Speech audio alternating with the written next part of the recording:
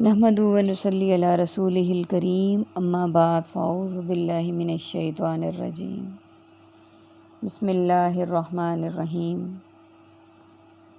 سورۃ الانعام کی آیت نمبر 56 سے آج کے سبق کا آغاز کریں گے۔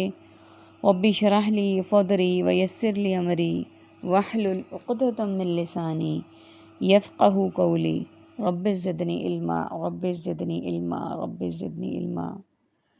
اللہم فقہنا فی الدین اللہم فقہنا فی الدین اللہم فقہنا فی الدین۔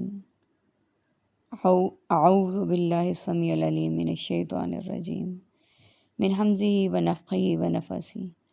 قل کہو انی نہیت، بے شک میں منع کیا گیا ہوں، ان اعبدا کہ میں عبادت کروں، الذین ان کی جنہیں تدعون تم سب پکارتے ہو، من دون اللہ اللہ کے سوا۔ قل کہہ دو لا اتبع نہیں میں پیروی کروں گا، اہواءکم تمہاری خواہشات کی۔ پہلے ہم میننگس دیکھ لیتے ہیں۔ کل قول مقولہ اور قول سے ہے، قائل سے ہے۔ تدعونا پکارنا، دعا کے لیے ہم بولتے ہیں۔ دونی ورڈ ہمارے پاس ہے عربک کا سوا، اور اہواء خواہشات یہ عربک کے ورڈ ہیں۔ اتبع اتباع متبع سنت، اور اتباع رسول کے لیے ہم بولتے ہیں۔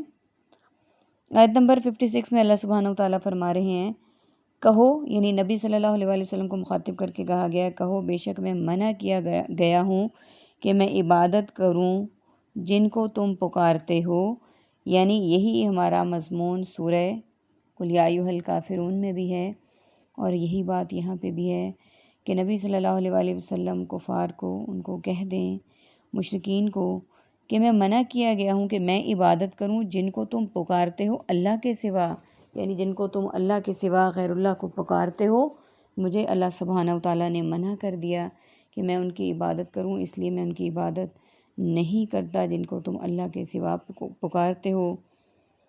کہہ دو نہیں میں پیروی کروں گا تمہاری خواہشات کی، اور یہ بھی کہہ دو کہ جو تمہاری خواہش ہے کہ میں تمہارے معبود کی پرستش کروں، معبود کی پوجا کروں، معبود کو مانوں، تو میں یہ بھی نہیں کروں گا۔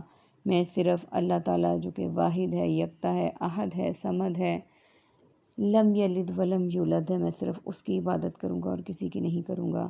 تمہارے لیے تمہارے معبود اور میرے لیے میرا خدا۔ اور وہ اپنے غیر اللہ کے جو بتوں اور ان سب کو پوجتے تھے، وہ اس لیے نہیں پوجتے تھے کہ وہ ان کی مدد کریں گے یا وہ ان کی سفارش کریں گے، بلکہ وہ اس لیے پوجا کرتے تھے کہ نبی صلی اللہ علیہ وآلہ وسلم اور یہ لوگ، ان کا قبیلہ مختلف تھا، تو وہ کہتے تھے کہ یہ قبیلہ جو ہے یہ تو ہم پہ پھر حاوی ہو جائے گا، ہم کیسے اس کو اپنے آپ پہ حاوی ہونے دیں۔ اس کی وجہ یہ بھی تھی ان کے نا ایمان لانے کی کہ وہ اس قبیلے کو، جس سے نبی صلی اللہ علیہ وآلہ وسلم کا تعلق تھا، اس کو اپنے پہ حاوی نہیں کرنے دینا چاہ رہے تھے۔ آیت کا بقیہ حصہ دیکھیں۔ قد ضللت یقیناً میں گمراہ ہو جاؤں گا، اذن اس وقت، وما اور نہ، انا من المہتدین میں رہوں گا ہدایت پانے والوں میں سے۔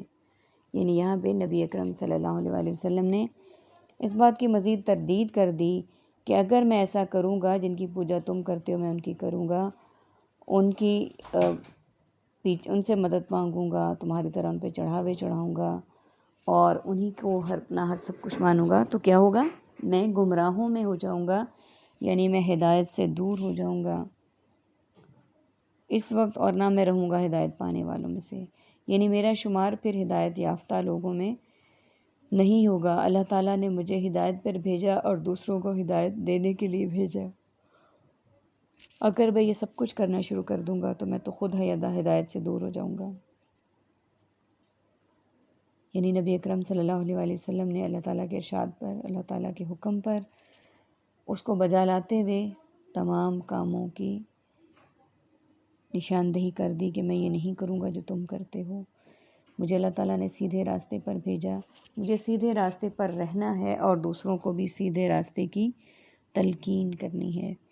اللہ تعالیٰ سے دعا ہے کہ اللہ تعالیٰ ہمیں بھی ہدایت یافتہ لوگوں میں شامل کریں، گمراہوں سے بچائیں، گمراہیوں میں ڈوبنے سے بچائیں اور صادقین اور صالحین میں داخل کر دیں۔ آمین ثم آمین۔